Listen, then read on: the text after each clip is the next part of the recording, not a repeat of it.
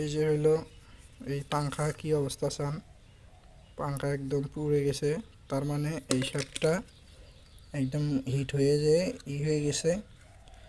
আমি নাটও খুলতে পারি নাই উপরের বক্সের, দেখেন কি অবস্থা। তার মানে সব দেখেন ক্যাপাসিটরের কি অবস্থা।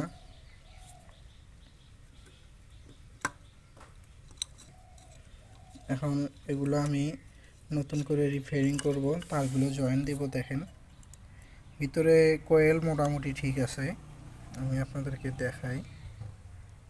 তো এই তারগুলো বেগগুলো তার মানে সব তার জ্বলে গেছে, এই সান অবস্থা। আমি ছুটাইলাম, এখন এগুলো নতুন করে জয়েন করব। করার পরে মিটার দিয়ে আমি চেক করব যে আসলে কয়েল ঠিক আছে কিনা। যদি কয়েল বডি হয়ে থাকে তাহলে মানে কয়েল যদি ঠিক থাকে, বডি হলে সমস্যা নেই, নতুন করে বান্ডিশ করে দিলে ঠিক হবে। তো এই আর কি, এটা আমি ঠিক করে রানিং করে আপনাদেরকে আবার নেক্সট ভিডিও দিব। ধন্যবাদ।